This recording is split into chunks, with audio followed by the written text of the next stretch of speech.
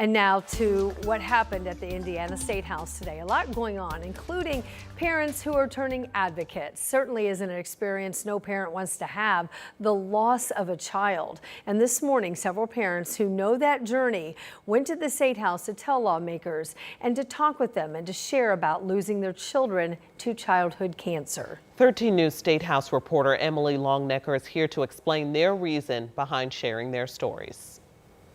Yeah, every single one of these stories was very personal, very powerful. These parents basically laid bare their pain in front of lawmakers, hoping to convince them to establish a pediatric cancer research fund here in Indiana. The picture in front of you is of my son, Justin. It's been a little over 2 years since Robin Spoon looked at her son, Justin, the young man whose picture she brought to the Statehouse Monday, and told him he was going to die. He pounded his fists and he said, "This is not fair. It's not fair that parents have to tell their kids that they're dying." And then he just said, "Hey, please take my story out for a spin and make this better." So that's why Spoon and other parents who've lost children to cancer, along with parents whose kids are still fighting for their lives, came to testify in support of House Bill 1453. It's been 3 years since my brave girl completed a brutal chemotherapy protocol comprised of drugs developed before her grandmother entered elementary school. HB 1453 would create a pediatric cancer research fund to help develop new drugs to treat childhood cancer.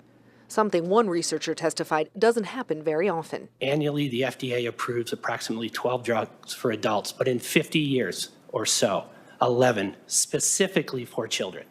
Children are receiving hand-me-down drugs.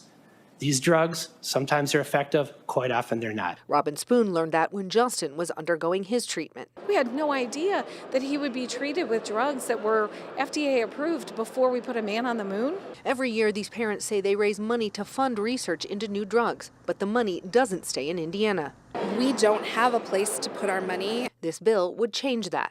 In the state of Indiana, we have everything necessary to discover, manufacture, and distribute drugs for kids with cancer. We just have to put it all together. Making the need for a fund in Indiana even more critical, say these parents and doctors, the recent funding cuts to pediatric cancer research at the national level. It's very difficult to just rely on federal government funding, especially in times like these. Our kids did not sign up for cancer. My son did not sign up for cancer. But Justin Spoon fought it for 28 long months. Now his mom and other parents of kids with cancer are asking the state to help equip their kids with better weapons to take into battle. We call them fighters. We're asking them to fight with pitchforks. It's unconscionable.